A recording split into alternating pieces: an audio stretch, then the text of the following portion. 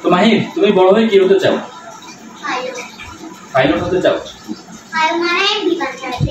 মানে বিমান চালাবা, তারপরে এরপর কি হবে? আচ্ছা, পাইলটই হবে। আচ্ছা, তো তোমার জন্য কি মানে মানুষ দোয়া করতে, তুমি দোয়া চাও? দোয়া সবাই দোয়া করো। দর্শক, এই ছেলেটির নাম হচ্ছে মাহিরুল ইসলাম। সে, তার বয়স কিন্তু 6 বছর। সে এখন মানুষের কাছে দোয়া চাচ্ছে। এর কারণ হচ্ছে তাকে একটু বলতে হচ্ছে, আসলে বলতে গিয়ে আমার শরীর শিহরে উঠছে। সে এই বয়সেই কিন্তু তার মরণ ব্যাধি ক্যান্সারে সে আক্রান্ত। সে জানি না আর কতদিন সে আমাদের মধ্যে থাকবে, কিন্তু সে দেখুন এখন কিন্তু সুস্থ মানুষের মতোই কথা বলছে এবং সুস্থ মানুষের মতো স্বাভাবিক জীবন করছে, কিন্তু তার অনেক কথাবার্তা কিন্তু আমরা অস্বাভাবিকতা পেয়েছি। এখন সে কিন্তু বলছিল যে সে বড় হয়ে পাইলট হবে, অর্থাৎ বিমান চালাবে এবং সে তার বাবার স্বপ্ন পূরণ করবে, সেই জন্য আপনাদের কাছে দোয়া চেয়েছে। যদি আমি একটু বিস্তারিত বলি, এই যে সে তার যখন 3 বছর বয়স তখনই কিন্তু তার এই যে ব্লাড ক্যান্সার, সেই ক্যান্সারের উপসর্গ দেখা দেয় এবং তাৎক্ষণিক তার বাবা তাকে চট্টগ্রামের ইসলামিক হাসপাতালে সেখানে নিয়ে যায়। সেখানে গিয়ে কিন্তু তারা সিবিসি পরীক্ষা করেন, সেখানে রিপোর্টে ধরা পড়ে যে তার ক্যান্সার হয়েছে। এরপরেও কিন্তু আরও নিশ্চয়তার জন্য, আরও নিশ্চিত হওয়ার জন্য চট্টগ্রামের মা ও শিশু হাসপাতালে নিয়ে যায়। সেখানে আরও ভালোভাবে তার বোন মেরু টেস্ট করা হয়। সেই টেস্টেও কিন্তু তার ব্লাড ক্যান্সারের পজিটিভ ধরা পড়ে। তা আমরা আসলে এই সব বিষয়ে যদি আমরা মাহিরুল ইসলামের বাবার সাথে একটু কথা বলতে চাই। উনি আছেন আমাদের সাথে। আসলে এই যে আপনার ছেলে 3 বছর বয়স থেকে তার যে উপসর্গ দেখা দিয়েছে, আসলে কিভাবে আপনারা কি বুঝছেন তখন, যদি একটু বলতেন। আসলে আমরা বাচ্চা যখন জ্বর, ওয়েট কমে যাচ্ছে, শরীর ফ্যাকাশে বেড়ে যাচ্ছে, তখন আমরা স্বাভাবিক একটা জ্বর বা ধরনের মনে করে আসি ট্রিটমেন্টে যাই, ডাক্তারের কাছে যাই। তখন সিবিসি করে দেখে যে তার ব্লাড কাউন্ট অনেক আপ এন্ড ডাউন হয়ে গেছে। তখন আমরা মহাশিশুতে একটা হেমাটোলজি ডাক্তারের আন্ডারে চেক আপ করি, বম্বরে টেস্ট করি। বম্বরে টেস্টের আসটা হচ্ছে লিউকেমিয়া, লিউকোপ্লাস্টিক লিউকেমিয়া। তবে এই রোগটা ধরা পড়ে, এই রোগটা হচ্ছে ব্লাড ক্যান্সার। এরপরে আমরা ওখানে ট্রিটমেন্ট শুরু করি। বাচ্চার তখন অবস্থা খুবই সংকটাপন্ন ছিল। বাচ্চার হিমোগ্লোবিন তখন 5-5.5 ছিল। প্লাটিলেট কাউন্ট অনেক কমে গিয়েছিল। হোয়াইট ব্লাড সেল 85,000-এ চলে গিয়েছিল। যেটা নর্মাল থাকে হচ্ছে 4,000 থেকে 11,000। তখন যেটা বাচ্চা তার শরীরের 95%ই ক্যান্সার জীবাণু ছড়িয়ে গেছে। তখন থেকে আমরা ওখানে কেমন শুরু করি। কেমন শুরু করার পরে 1 মাস পরে তার কেমন থেকে নানান রকম সাইড এফেক্ট হয়, নিউমোনিয়া হয়ে যায়, ডিসেন্ট্রি হয়। এই ধরনের ট্রিটমেন্টগুলো আমরা করতে থাকি। কিন্তু এক পর্যায়ে গিয়ে দেখা যায় তার বম্বের টেস্ট নেগেটিভ আসে, আবার একদিকে পজিটিভ আসে। এই কনফিউশনের কারণে আমরা ডাক্তারের সাথে কথার আমাদের নিলামের ছিল। এই কারণে আমরা আসলে শিশু থেকে ট্রিটমেন্ট না করে আমরা কিছুটা সময় অপেক্ষা করে পাশে করে আমরা সিএমসি বলেও ট্রিটমেন্ট সিএমসি বলে ওনারাও ডায়াগনোজ করে যেহেতু আমরা এখানে কেন দিয়ে দিয়েছি, সেই জন্য ওখানে আসলে রোগটা পাইনি। ওখানে আমার ডিটেলস নেগেটিভে আসছিল। তারপরে আবার আমরা এখান থেকে স্লাইড নিয়ে গিয়ে ক্রস ম্যাচ করে লিখেছি তার ব্লাড ক্যান্সার। তখন আসলে আমরা প্রিপারেশন ছাড়া যাওয়াতে ট্রিটমেন্ট শুরু করতে পারি। টাকা পয়সার সংকট ছিল, ওভাবে প্রিপারেশন নিয়ে যায়নি। আমরা লং টাইম যে এত লং টাইম ট্রিটমেন্ট করতে হয় সেটা আমরা জানতাম না। তখন আমরা ডক্টরকে বলে আবার ফিরে আসার এখানে 3 মাসের মধ্যে আবারও ফিরে আসি। আবারও তার সমস্যা হয়ে যায়। তারপরেও আমরা আবার প্রিপারেশন নিয়ে হসপিটালে দেখা করি, আবারও চলে যায়। ওখানে আবারও ট্রিটমেন্ট শুরু হয়। এই লং টাইম ট্রিটমেন্ট টানা 9 মাস থেকে আমরা পুরো একবারই কেমন প্রোটোকল 6 মাসের প্রোটোকল আমাদের প্রায় সাইকেট্রিক কারণে 9 মাস লেগে যায়। বাচ্চা এমন সংকটাপন্ন হয় তারা আল্লাহ আমাদের ওখান থেকে আমরা ফিরে আসি। মোটামুটি সুস্থ হয়ে 9 মাসের মাথায় আমরা আবার শেষ করে মেনটেনেন্স করে ওষুধ দিয়ে আরও 2 বছর দেখতে হবে। এই 2 তার রোগটা ফিরে না আসে, তখন ডাক্তাররা ডিক্লেয়ার করে হচ্ছে যে সে ক্যান্সার থেকে মুক্ত।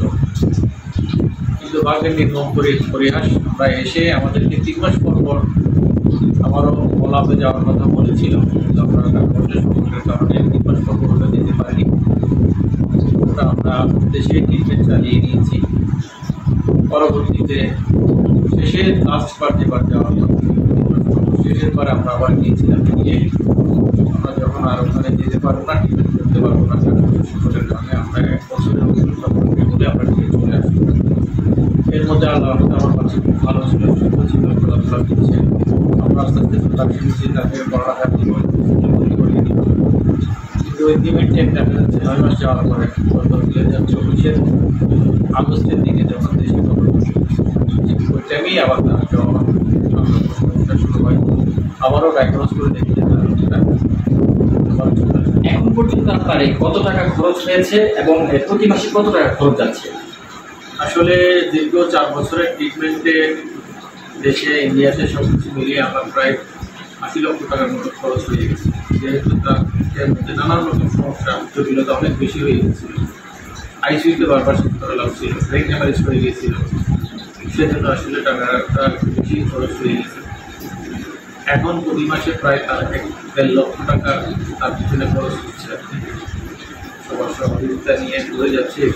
এখন তাকে যদি আমরা সুস্থ করতে চাই তাহলে আর কত টাকা প্রয়োজন বা কি ট্রিটমেন্ট দেওয়ার প্রয়োজন? এখন আমাদেরকে আসলে ডক্টররা বলে দিয়েছে যে যেহেতু তার বারবারই রোগটা ফিরে আসতেছে, সেই ক্ষেত্রে তাকে এখন বোন ম্যারো ট্রান্সপ্ল্যান্ট ছাড়া কোনো পথ নেই, কোনো অপশন নেই।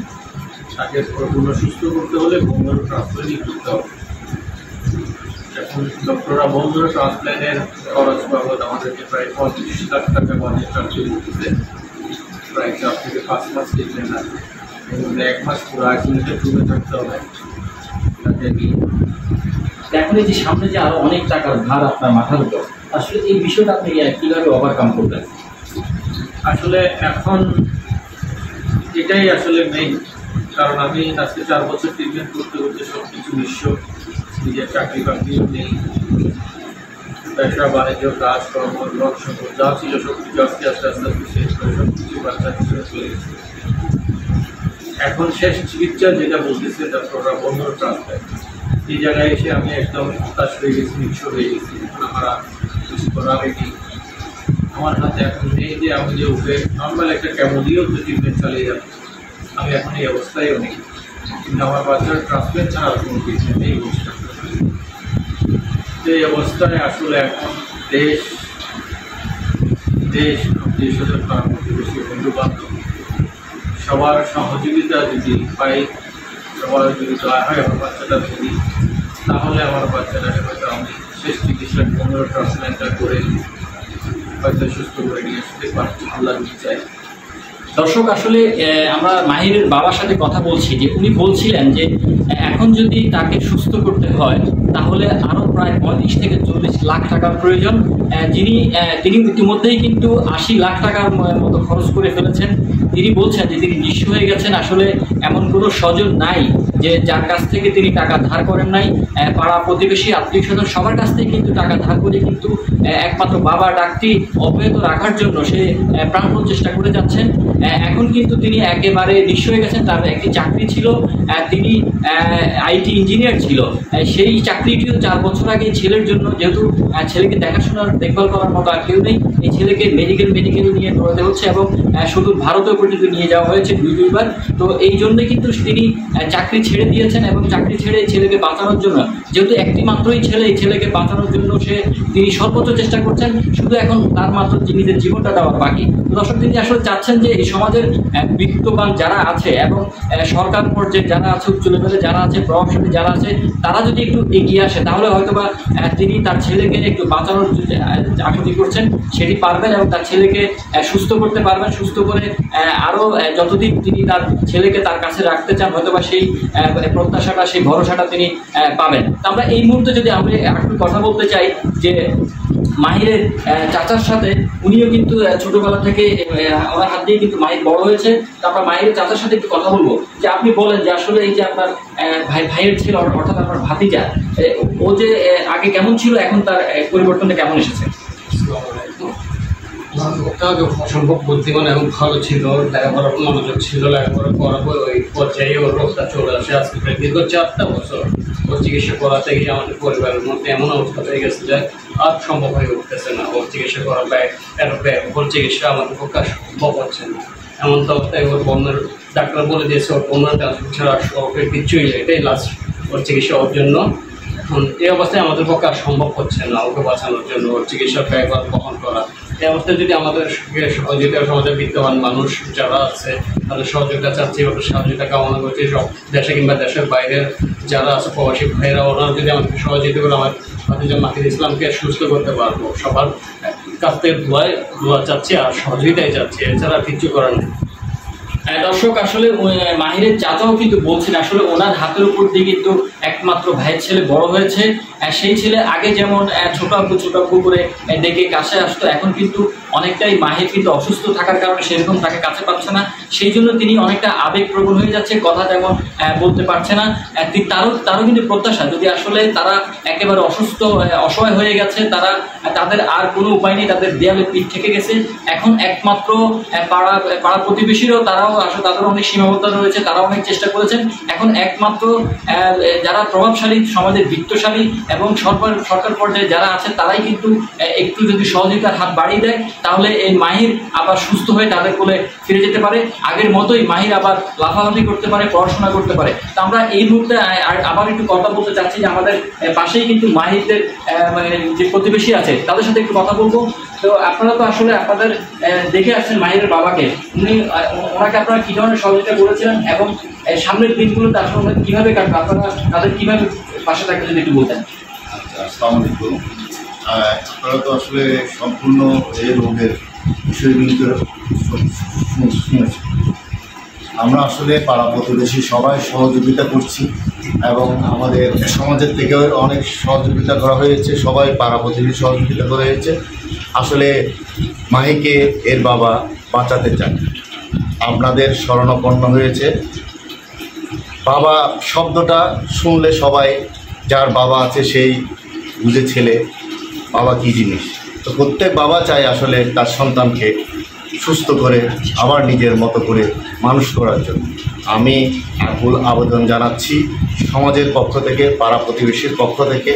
আমি সরকারকেও বলবো এবং আমাদের প্রবাসী ভাইরা যারা আছে, তারা বিত্তবান, আমাদের এই বাংলাদেশের বিত্তবান লোকেরা যারা আছে, তারা সবাই সহযোগিতা করার জন্য এগিয়ে আসুন। আসসালামু আলাইকুম রহমতুল্লাহি ওয়া বারাকাতুহু। নিশ্চয়ই আসলে আপনাদের যে প্রত্যাশা, আপনারা পাড়া প্রতিবেশী এবং মাহিরের বাবা এবং মাহিরের চাচা সবারই প্রত্যাশা পূরণ হবে যদি সমাজের বিত্তবানরা এগিয়ে আসে। দর্শক, আসলে বলছিলাম যে এই যে মাহির আমার সাথে আছে এবং এই মাহির কিন্তু এখন অনেকটা চটপটে, কারণ সে আগে যেমনটা ছিল সে অবস্থায় কিন্তু সে নেই। সে আগে পড়াশোনা, আমরা দেখেছি সে আগে পড়াশোনা করতে অনেক স্বাভাবিকভাবে, এখন কিন্তু সে অনেক কিছুই মনে করতে পারছে না। কিন্তু মাঝে মাঝে কথা বলছে, তাও কথার অনেক ঘাটতি রয়েছে, উল্টোপাল্টা অনেক কথা বলছে। তো এই মাহির কিন্তু এখন বাঁচতে চায়, মাহির আর সুস্থ হয়ে বাঁচতে চায়, মাহির বিমান চালাতে চায়, মাহির তার বাবার স্বপ্ন পূরণ করতে চায়। এখন আপনারাই ভরসা, আপনারা যারা বিত্তমাতা আছেন তারা একটু এগিয়ে আসবেন সেই প্রত্যাশা করে আজকে এই মাহিরের ব্লাড ক্যান্সারের খবরের সর্বশেষ এখানেই শেষ করছি। আর আপনারা আমাদের পাশে থাকবেন, আরও নতুন নতুন খবর নিয়ে আপনাদের সাথে হাজির হব। সেই পর্যন্ত ভালো থাকুন, সুস্থ থাকুন।